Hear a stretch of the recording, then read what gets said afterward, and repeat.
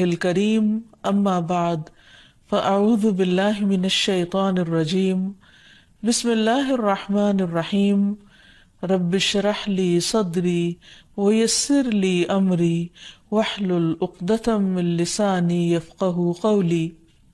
السلام علیکم ورحمۃ اللہ وبرکاتہ۔ ناظرین، پروگرام دعا کیجیے کے ساتھ آپ کی خدمت میں حاضر ہیں۔ آج ہم انشاءاللہ بیماری سے شفا کی دعائیں آپ کے ساتھ شیئر کریں گے۔ صحت اور بیماری انسانی زندگی کے ساتھ ساتھ ہیں۔ انسان کی زندگی کے کوئی بھی 2 دن ایک جیسے نہیں ہوتے۔ آج اگر انسان خوش ہے تو کل اداس ہوگا، اگر آج وہ اپنے جسم میں قوت محسوس کر رہا ہے تو کل بیمار ہو سکتا ہے۔ انسان کے اوپر دن میں بھی کئی بار مختلف طرح کی کیفیات گزرتی ہیں۔ کبھی انسان روحانی طور پر، جذباتی طور پر بیمار ہوتا ہے اور کبھی انسان جسمانی طور پر بیمار ہو جاتا ہے۔ بیماری کی کیفیت صحت کی کیفیت سے مختلف ہوتی ہے اور ہر انسان اس کو محسوس کر سکتا ہے۔ ایسی صورت میں انسان کو دوا کے ساتھ ساتھ اللہ سبحانہ وتعالیٰ کی طرف رجوع کرنا چاہیے اور اپنے لیے خوب خوب دعائیں کرنی چاہیے۔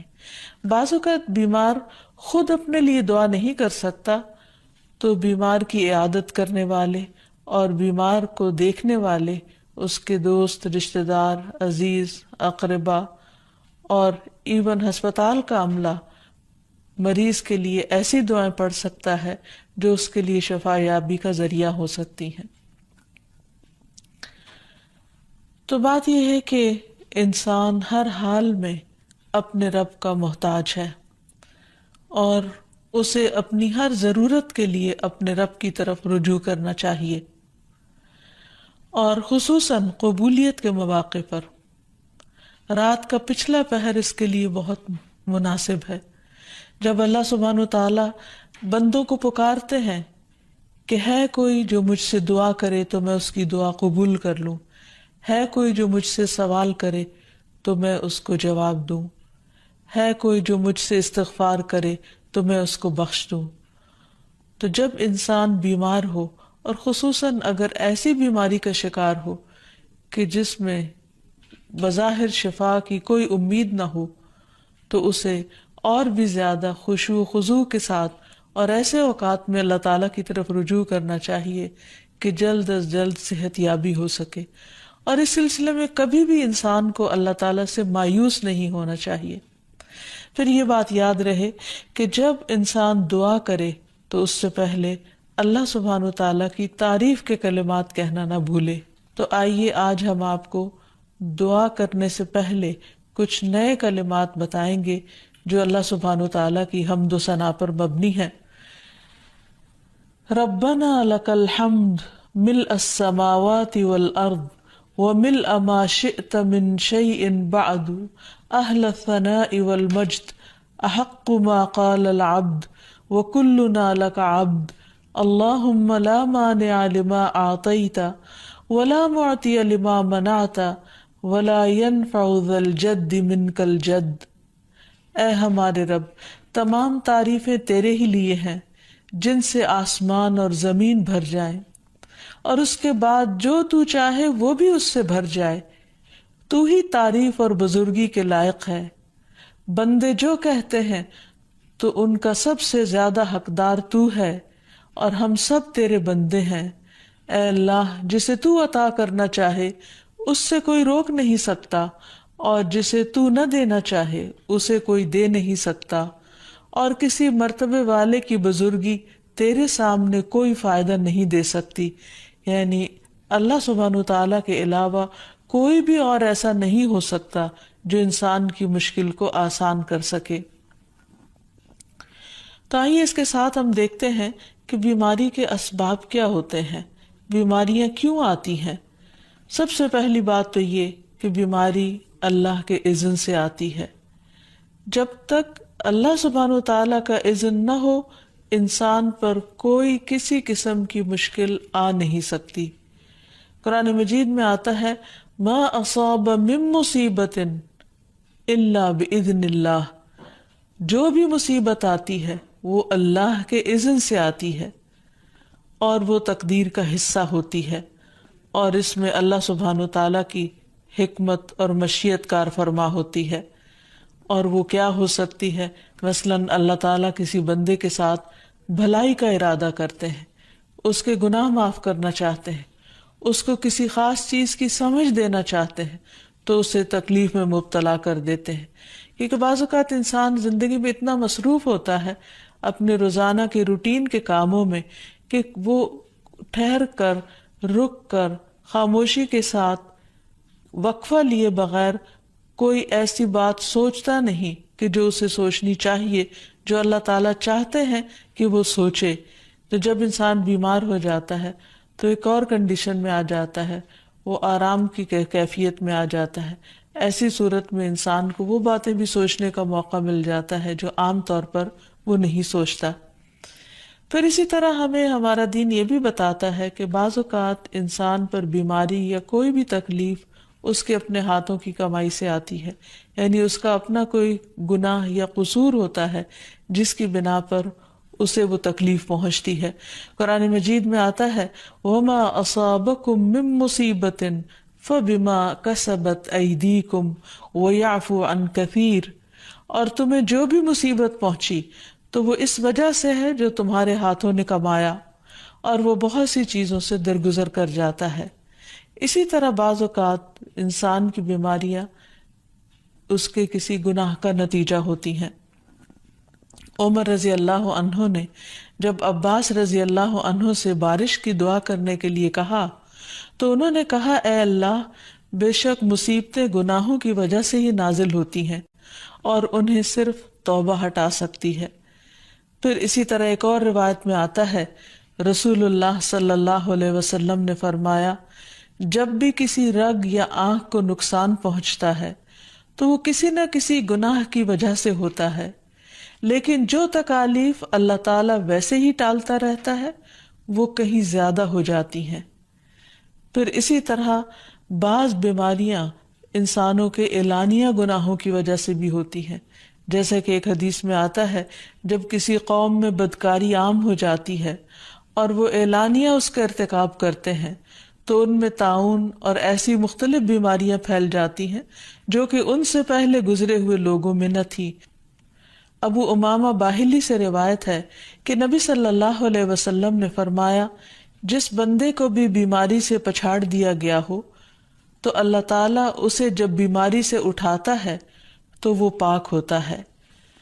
تو یہ ایک حقیقت ہے کہ انسان کے گناہ اس کے لیے مشکلات کا سبب بنتے ہیں۔ امام ابن القیم الجوزیہ لکھتے ہیں، ان کی ایک مشہور کتاب ہے الداء والدواء، بیماریاں اور علاج، اس میں وہ کہتے ہیں کہ کوئی بھی گناہ ایسا نہیں کہ جس کے اثرات نہ ہوں۔ انسان سے چھوٹی یا بڑی جو بھی کوئی غلطی صادر ہوتی ہے اس کے نتیجے میں کچھ نہ کچھ اثرات اس کی زندگی پر ضرور پڑتے ہیں۔ ہاں اگر اللہ تعالیٰ معاف کر دے تو وہ اور بات ہے، ورنہ ہر گناہ کی ایک تاثیر ہوتی ہے، اور ان تاثیرات میں سے ایک چیز یہ ہے کہ انسان مختلف قسم کی بیماریوں میں مبتلا ہو جاتا ہے۔ اسی لیے ہم دیکھتے ہیں کہ جب انسان بیماری میں مبتلا ہوتا ہے تو اللہ تعالیٰ اس بیماری کو اس کے گناہوں کا کفارہ بنا دیتے ہیں۔ جیسے حدیث میں آتا ہے کہ جس مسلمان کو کانٹا چبھے یا اس سے زیادہ کوئی تکلیف پہنچتی ہے تو اللہ تعالیٰ اس کے ذریعے اس کے گناہوں کو اس طرح دور کر دیتا ہے جس طرح درخت سے اس کے پتے جھڑتے ہیں۔ تو اس سے ہمیں یہ پتہ چلتا ہے کہ بیماریوں کے آنے کے مختلف اسباب ہوتے ہیں۔ بیماری بہرحال جس بھی وجہ سے آئے، لیکن اصل چیز دیکھنے کی یہ ہے کہ مومن کا رویہ کیا ہے۔ مومن کو اگر کوئی کانٹا بھی چبھتا ہے تو وہ اس پر صبر کرتا ہے۔ اس لیے بیماری یا تکلیف کے آنے پر انسان کو اللہ سے راضی رہنا چاہیے، شکوہ نہیں کرنا چاہیے، کیونکہ جو اللہ سے راضی ہو جاتا ہے کسی آزمائش پر، اللہ تعالیٰ بھی اس سے راضی ہو جاتا ہے۔ پھر اسی طرح اللہ تعالیٰ کا شکر ادا کرنا چاہیے، کیونکہ بیماری اس سے زیادہ شدید بھی ہو سکتی تھی، لہٰذا انسان کو اللہ تعالیٰ جس حال میں رکھے انسان اس پر شکر گزار رہے۔ پھر یہ کہ انسان کسی بھی بیماری میں کسی بھی قسم کی ہو اور زندگی کے کسی بھی حصے میں ہو، اس میں مایوس نہ ہو، پر امید رہے کہ بیماری دور ہو جائے گی۔ پھر اسی طرح اگر بیماری طول پکڑ جائے تو انسان کو گھبرانا نہیں چاہیے، کیونکہ ہر گزرنے والا لمحہ انسان کے درجات میں اضافے کا سبب بنتا ہے اور اس کے گناہ مسلسل جھڑتے چلے جاتے ہیں حتیٰ کہ انسان بالکل پاک صاف ہو جاتا ہے۔ پھر اسی طرح انسان کو بیماری کی حالت میں دوسروں سے شکوے شکایات نہیں کرنی چاہیے، کیونکہ بیماری اللہ کے اذن سے آتی ہے، اور جب انسان ہر ایک کے آگے رونے لگتا ہے تو گویا وہ اللہ تعالیٰ کا شکوہ کر رہا ہوتا ہے، جو چیز اللہ تعالیٰ کو پسند نہیں۔ پھر اسی طرح منہ سے برے الفاظ نہیں نکالنے چاہیے، بیماریوں کو کوسنا نہیں چاہیے، اور پھر ایسے الفاظ نہیں ادا کرنے چاہیے کہ مجھے لگتا ہے کہ اس بیماری میں میری زندگی چلی جائے گی، یا یہ کہ کسی مریض کی عیادت کے لیے جا کر اس کو اس قسم کی بات نہیں کرنی چاہیے، خواہ کتنی ہی خطرناک بیماری کیوں نہ ہو، ہمیشہ اسے امید دلانے چاہیے، کیونکہ مایوسی کے الفاظ اور برے بھلے اور منفی قسم کی باتیں اللہ تعالیٰ کو پسند نہیں، اور انسان ویسے بھی جیسے سوچتا ہے پھر اس کے ایکشن اس کے مطابق ہونے لگتے ہیں۔ اب یہ ہے کہ انسان بیماری میں دوا ضرور کرے، کیونکہ حدیث میں آتا ہے کہ اللہ تعالیٰ نے کوئی بیماری ایسی نہیں اتاری جس کے لیے دوا نہ اتاری ہو۔ ہاں، جسے معلوم ہو اسے معلوم ہوتا ہے، اور جسے نہیں معلوم ہوتا اسے نہیں معلوم ہوتا۔ بعض اوقات اللہ تعالیٰ ڈاکٹر کے دل میں ڈال دیتا ہے اور اس کا علاج اس کو سمجھ میں آ جاتا ہے، اور بعض اوقات وہ بیماری لا علاج ہوتی ہے، حالانکہ اس کا علاج موجود ہوتا ہے مگر کسی کو بھی علاج سمجھ میں نہیں آتا۔ بہرحال نوعیت کچھ بھی ہو تو علاج ضرور کراتے رہنا چاہیے، اور کبھی مایوس نہیں ہونا چاہیے کہ اس بیماری کا علاج ہو نہیں سکتا، نہیں، ایک کے بعد ایک کوشش انسان کرتا رہے، اور جب اللہ کا اذن ہوگا بیماری دور ہو جائے گی۔ اور اس کے ساتھ ساتھ انسان یہ بھی یقین رکھے کہ شفا اللہ کے ہاتھ میں ہے، کسی ڈاکٹر کے ہاتھ میں نہیں، کسی انسان کے ہاتھ میں نہیں، کیونکہ جب تک اللہ کا اذن نہ ہو شفا نہیں ہو سکتی، خواہ کوئی کتنا بھی بڑا ڈاکٹر کیوں نہ ہو۔ اسی لیے نبی صلی اللہ علیہ وسلم کی دعاؤں کے آخر میں آتا ہے کہ لا شفا الا شفاؤک، کوئی شفا نہیں مگر تیری ہی شفا، یعنی جو اللہ سبحانہ وتعالیٰ اپنے بندے کو شفا عطا کرے۔ پھر اسی طرح یہ ہے کہ حضرت ابراہیم علیہ السلام نے اللہ سبحانہ وتعالیٰ کے بارے میں فرمایا تھا کہ وَإِذَا مَرِضْتُ فَهُوَ يَشْفِينِ، کہ جب میں بیمار ہوتا ہوں تو وہی مجھے شفا دیتا ہے، یعنی اللہ تعالیٰ ہی اس بیماری کو دور کرتا ہے۔ اسی طرح ایک اور روایت سے بھی پتہ چلتا ہے کہ شفا دراصل اللہ سبحانہ وتعالیٰ کے ہاتھ میں ہے۔ حضرت عائشہ سے مروی ہے کہ رسول اللہ صلی اللہ علیہ وسلم دم کیا کرتے تھے اور یہ دعا پڑھتے تھے، امسح البأس رب الناس بیدک الشفاء لا یکشف الکرب الا انت، اے لوگوں کے رب تکلیف کو دور کر دے، تیرے ہی ہاتھ میں شفا ہے، تیرے سوا اس کو دور کرنے والا اور کوئی بھی نہیں۔ پھر اسی طرح انسان جب کسی بیمار کی عیادت کے لیے جائے تو اس پر بھی دعا پڑھے اور اس کے لیے دعا کرے۔ رسول اللہ صلی اللہ علیہ وسلم نے فرمایا، جو مسلمان کسی ایسے بیمار کی عیادت کے لیے اس کے پاس آئے جس کی موت کا وقت قریب نہ آیا ہو اور 7 مرتبہ یہ پڑھے، اسأل اللہ العظیم رب العرش العظیم ان یشفی فلانا من وجعہ، میں اس عظمت والے اللہ سے سوال کرتا ہوں جو عرش عظیم کا رب ہے کہ فلاں کو اس کی تکلیف سے شفا عطا فرمائے، تو اللہ عز و جل اسے شفا عطا فرما دیتا ہے۔ اور پھر ہم دیکھتے ہیں کہ تمام انبیاء اپنی بیماریوں میں تکلیفوں میں اللہ تعالیٰ کو پکارتے تھے، جیسا کہ ایوب علیہ السلام کی دعا قرآن مجید میں آتی ہے، وَأَيُّوبَ إِذْ نَادَى رَبَّهُ أَنِّي مَسَّنِيَ الضُّرُّ وَأَنْتَ أَرْحَمُ الرَّاحِمِينَ فَاسْتَجَبْنَا لَهُ فَكَشَفْنَا مَا بِهِ مِنْ ضُرٍّ وَآتَيْنَاهُ أَهْلَهُ وَمِثْلَهُمْ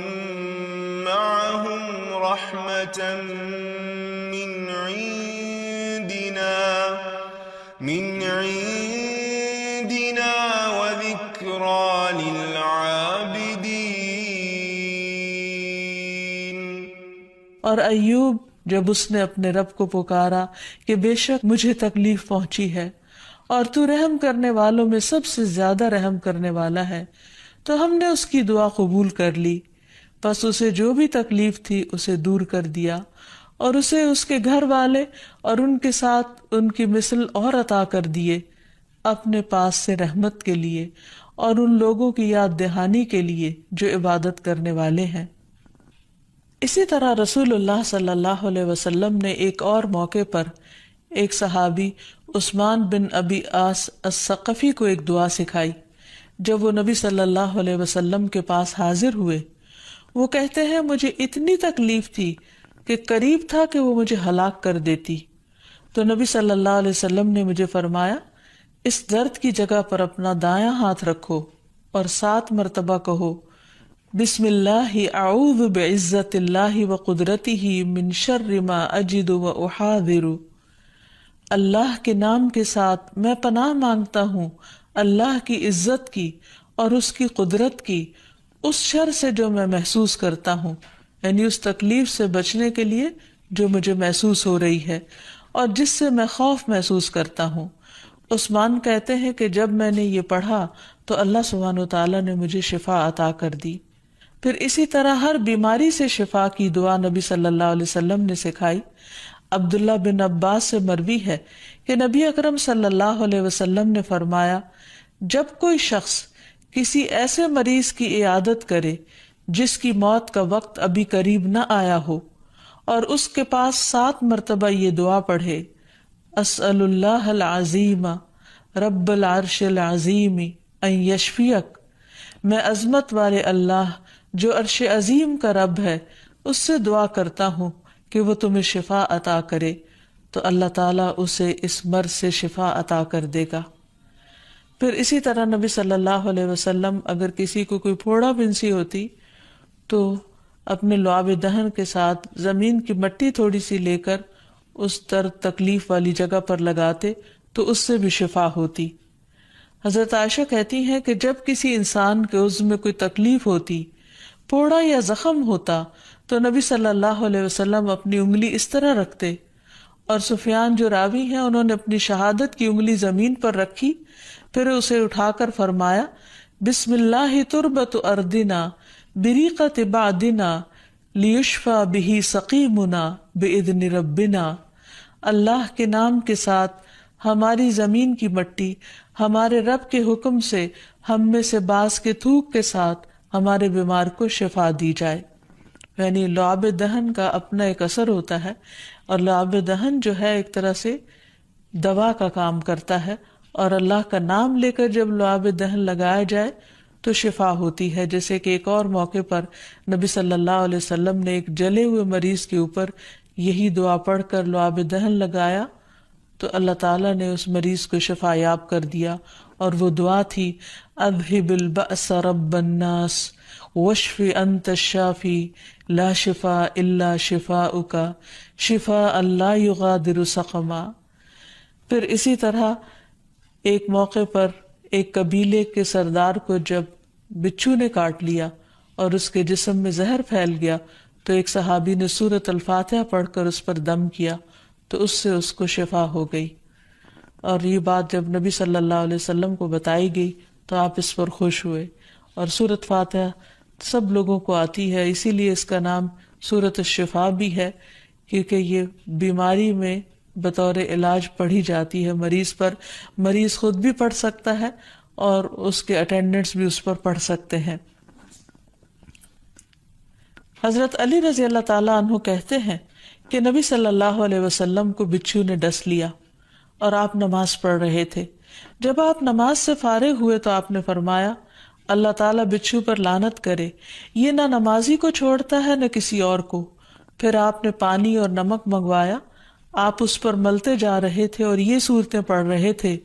قل یا ایھا الکافرون وقل اعوذ برب الفلق اور قل اعوذ برب الناس۔ تو یہ بھی ایسے مواقع پر پڑھی جا سکتی ہیں۔ پھر اسی طرح یہ ہے کہ اگر کسی بھی دوا یا دعا سے مریض صحت یاب نہ ہو رہا ہو، اس کی تکلیف کم نہ ہو رہی ہو، تو بھی موت نہیں مانگنی چاہیے، کیونکہ مومن کے لیے زندگی ایک بہت بڑی نعمت ہے۔ وہ جس بھی حال میں گزرے، بہرحال وہ اسے آخرت کمانے کا ذریعہ بنا سکتا ہے۔ یعنی اگر وہ تکلیف میں اس کی زندگی گزر رہی ہے اور اس پر وہ صبر کر رہا ہے اور اللہ کو یاد کر رہا ہے، تو اس کے بے پناہ درجات بلند ہونے کا ذریعہ ہے۔ یعنی یہ بیماری اس کے لیے بلندی درجات کا ذریعہ بن جاتی ہے۔ اس لیے کبھی بھی موت نہیں مانگنی چاہیے۔ ہاں اگر تکلیف حد سے بڑھ جائے تو انسان یہ دعا مانگ سکتا ہے اللہم احینی ما کانت الحیات خیرا لی وتوفنی اذا کانت الوفات خیرا لی۔ اے اللہ جب تک میرے لیے زندگی بہتر ہو مجھے زندہ رکھ، اور جب میرے لیے وفات بہتر ہو تو مجھے وفات دے دے۔ تو اللہ تعالیٰ سے دعا ہے کہ اللہ تعالیٰ تمام بیماروں کو صحت اور شفا عطا فرمائے، اور ہمیں بیماری اور آزمائش کے موقع پر اپنی طرف رجوع کرنے کی توفیق دے، اور ہر طرح کے شرک اور ایسے کاموں سے بچائے جو اس کو ناراض کرنے والے ہیں۔